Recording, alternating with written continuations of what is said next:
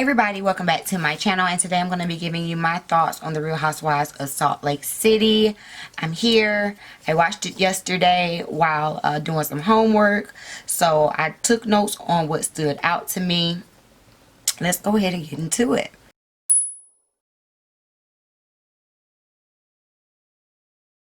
So we start this episode off where we ended the last one, where Jen was very much so upset that when she walked into the 20s party, she saw Meredith talking to Mary.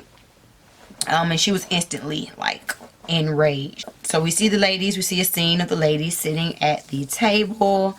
Mary asks like, "Oh, are y'all drinking water?"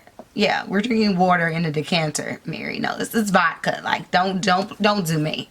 You're not, come on. We know what's going on here, Mary. It's not communion." So then Jen decides that now is the time to pull Meredith aside.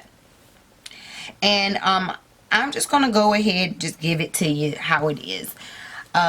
Jen is psychotic. Okay, I wrote down in my notes, Jen is miserable, lonely, and crazy. You can tell that Jen is miserable. Like, at the end of the day, first of all, there's so many things. First of all, you said that you and Meredith just became friends like a year ago. You don't even know this woman. You're in your 40-somethings. I'm going to be nice. And so, at that age, you first of all already know, like, how to group friends. And at 40, who at 40 just all of a sudden gets like a best friend who they are requiring undying loyalty from? Like, that's not a thing, Jen. So the fact that you are this bothered that Meredith is even cool with Mary and y'all are all in this group says a lot. And again, you let everybody know, like last episode, last episode you said, you know, you hugged it out and everything was good, but you didn't let your slip show this episode and how upset you were. And while Jen is sitting there going off about loyalty and how dare you go to her church and just all of this, Meredith is completely unbothered. I am liking Meredith more and more.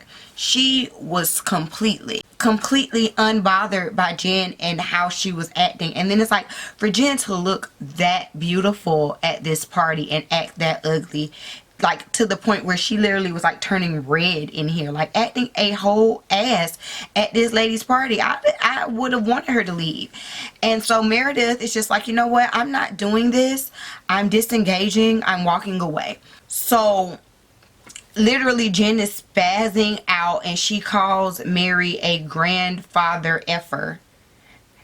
And Mary kept saying in her confessional, like, she called me a grandfather mother effer. No, not mother effer, just effer in general, a grandfather effer. And I mean, I get that like sounds really, really, really bad, but is that legit your first time hearing somebody reference your marriage to your step grandfather in a derogatory way? Is that the first time?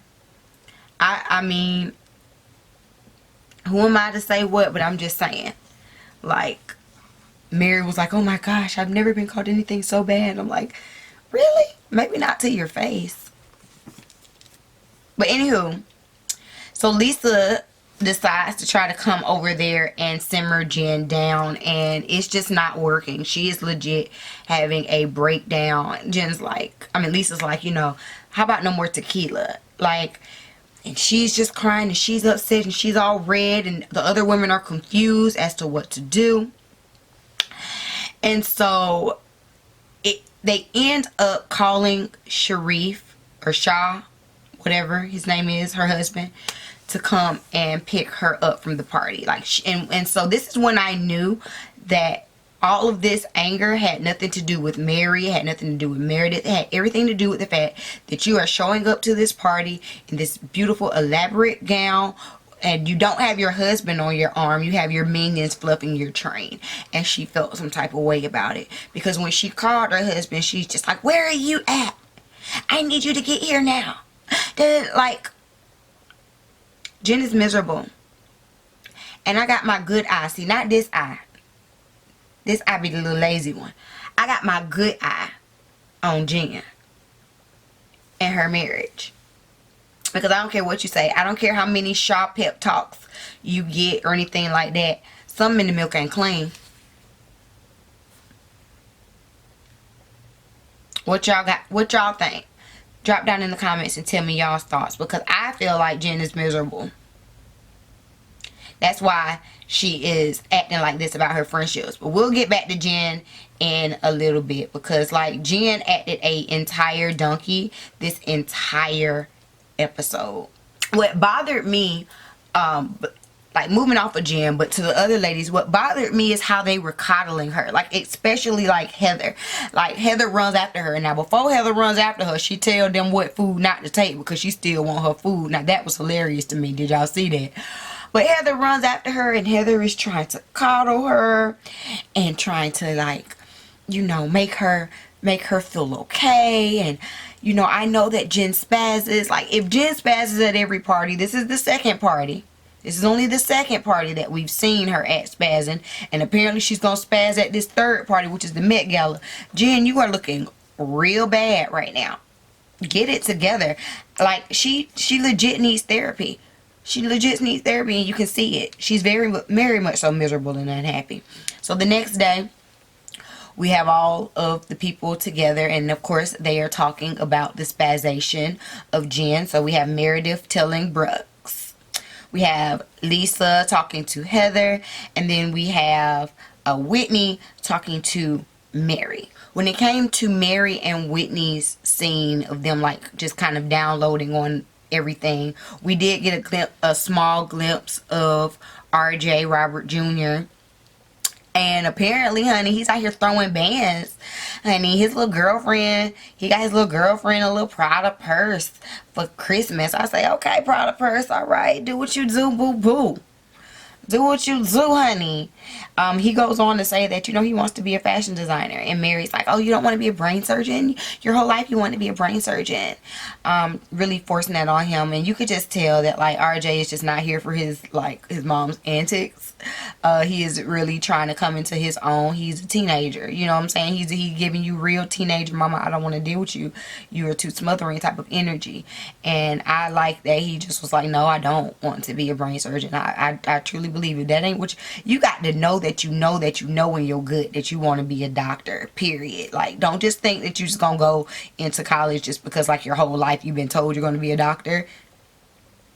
Because like, or not even I was told. My whole life, I'm just speaking for me, my whole life I truly did think that I wanted to be an OBGYN. Like, that was like it, like that was what I really wanted to do up until I got into chemistry in the collegiate level and had to take it 3 times. But I still graduated with honors. That don't matter. I got an A at the end of it. But I'm just saying that changed my whole outlook on life. Look at me now. Definitely not an OBGYN. So I'm cool with Robert being like, nah, I ain't finna waste my time, your time, school's time, your money, none of that. No, I want to be a fashion designer.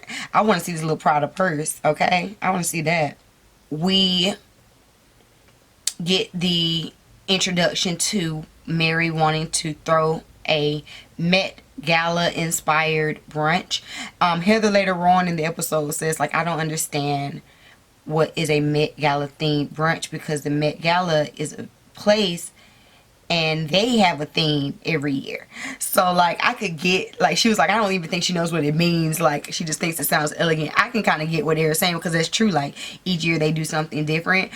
But also, I feel like you could just take it for whatever. I would have came in there with Rihanna's little, you know, Rihanna's little see-through dress with a little do-rag, little rhinestone do-rag. See, honey, I'd have been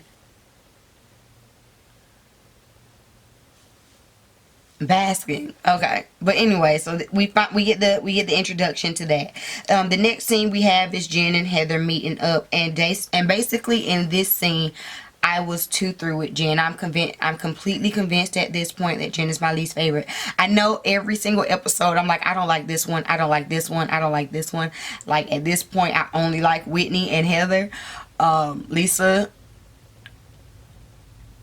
I was through with her a couple episodes ago. I'm not gonna lie, she was kind of funny to me this episode. Kind of like I saw a different side of her. So I ain't through with her all the way, but she ain't back in my good graces. Mary ain't back in my good graces. Jen is not at all. Jen is petty. So while she's sitting there at Heather's house, Jen, did y'all notice when she was complaining about Meredith, one of the things she said, I put it in quotations in my notes because I thought it was very interesting. She said, I put my own time into Meredith. What does that mean?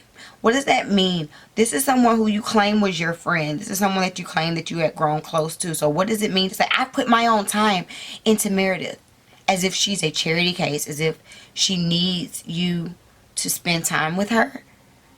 The way it looks like, you need people to spend time with you. That's why you are buying people. You know what I'm saying? If anything, she put her time into you for free. She throws up how she threw Meredith an $85,000 party. Again, a party that was legit a shrine to you. Yeah, it might have been Meredith's birthday. You might have put Meredith's birthday on the invitation, but nothing about that party was for Meredith. It was about you. So you spent $85,000 on a party for yourself. And like, let's be real. Who's spending $85,000 for someone else's party that's not their spouse, their parent, or their children? Your friend that you've known a year? Get out of here. Get out of here. Tell that lie to somebody else. And then she goes on to slip and spill the beans on Meredith's separation from her husband. Again, letting you know Jen is nobody's friend. She's not a friend. She thinks that you are indebted to her if she gives you her time. And if you don't, then she's going to sit up here and spill your personal business. That's just like Nene. Like, you know what I'm saying? If I was ever your friend, if you ever considered me to be your friend, or if I can speak for me, if I ever considered you to be my friend, no matter how we fall out, I'm not finna sit up here and just go blasting your personal business all out and about to other people. That was so very, very much so, it was just sad to me. But then you're sitting up here trying to fuss and complain about loyalty. Where's your loyalty? No one owes you anything that you don't give. And Jen, you ain't a good friend, period. Then Jen goes on to say that she put Meredith in the wrong friendship category. So I just want to know to y'all, what are y'all's friendship categories? Because like, there are friendship categories. My mom has always told me that, and so I just feel like I've known since I was a child that there are friendship categories. Like, you know, you have, you know, strangers, acquaintances, close acquaintances, friends, girlfriends, and then like my baddies, my boos, my besties. You know what I'm saying? Like, it ain't too many people gonna get to my baddies, my boos, my besties. And then for me, you got like, because I'm in different organizations, I got levels to, like, you know, I got line sisters, like that goes in there too. So, you know, there's a lot of different categories, you know, to those friends. What kind of categories do y'all have? I feel like Meredith, not Meredith, but Jen, how do you not know how to properly place people in your life? That's kind of sad. So then we get to, at some point too, side note before we get to Mary's Met Gala, at some point we got a scene with Lisa and Meredith out. I think they were like furniture shopping or something. Lisa was saying how she needs to decorate her house. Now, word on the street, shout out to LQ Love, she was saying that the word on the street is that they ain't, like Lisa and Jen, they don't own those houses. They're renting those houses. And I mean, if you look at Lisa's house, they don't got nothing in it. Like, I ain't been in my house before like a month, but you know, there's paintings and there's things on the wall. There's things to do. So I'm just saying, there could be some validity to that. Let's get to Mary's event. So we see Mary there getting ready, and we can see that she is a complete control freak. Like somebody that like you do not want to work with. She's talking about how things were monogrammed incorrectly. She was, you know, very much so anal about everything. but despite some reservations about inviting the entire group, she does invite the entire group. But did y'all catch the shade when she was going over the seating chart and how she was like, Meredith's gonna sit right next to me, and then she did like a little giggle, as if saying like, oh, I'm just gonna rub it in Jen's face a little bit, like me and Meredith are cool. Did y'all catch that? Because I saw that. Mary, I see you. We see each other. So then, okay, we get to the event. Even though it was over the top, even though everybody's like completely confused about like this theme and like where this red carpet and then like the, what are they, beef eaters, and then like we're kind of confused as to how all of this ties in together to be the Met Gala. It was still a really nice event.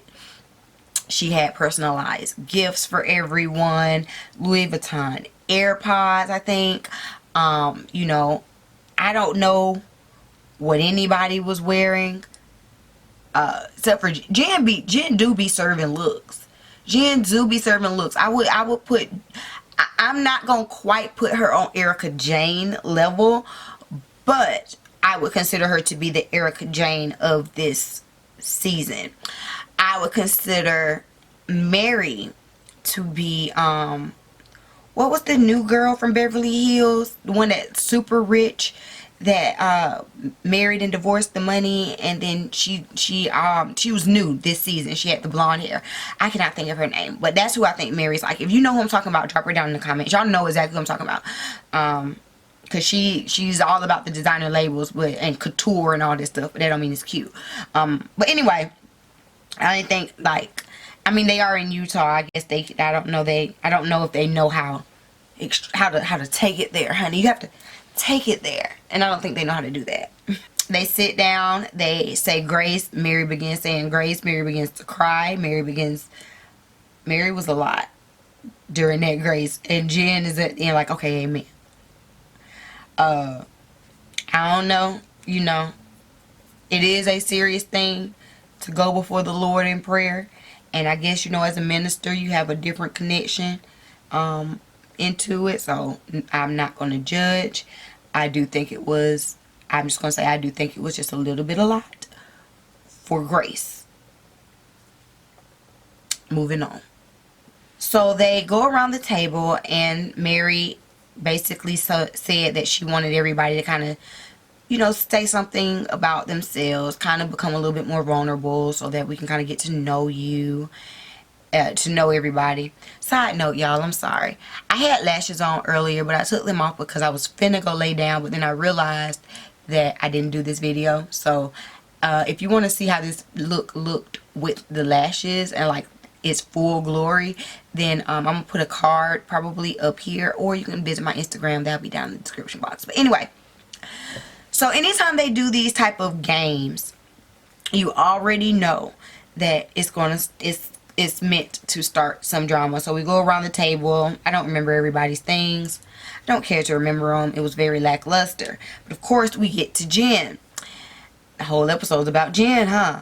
So then we get to Jen, and she goes on to talk about how she was always different growing up, and she was considered to be like, she was treated kind of like the black girl. Then she begins to go into this monologue about friendships and why she takes friendships so seriously, and how, you know, she just doesn't let any and everybody in, and all of this. And I just wanted to note that while she was saying all of that, Mary jumped in to rebut her. And Mary, at the beginning of that conversation, at the beginning of this little game, you said no butting in, let the women speak. That was the only thing I noticed. I was like, why Mary? No, let her say what she gotta say. That was a part of the rules. Do I agree with what Jen was saying? No, I think Jen is, I already told y'all, I think Jen is miserable and needs therapy. And the way that you are this butthurt about Meredith even being remotely cool with Mary, or Mary, you know, in this whole hospital thing, you hurt my family, you did, like, you're putting a lot on it. If this is gonna be your storyline, you can go. But that's it, you guys. Those are my main thoughts on the Real Housewives of Salt Lake City. Tell me, what do y'all think about this episode? Was it giving for you? Who's your favorite? Who's your least favorite? I already let y'all know mine. And if you again like this look, make sure you check that video out. Thank y'all for tuning in. Please make sure you follow me for Vlogmas, because I will be doing it, and I will see y'all in the next video, whatever that will be. Peace.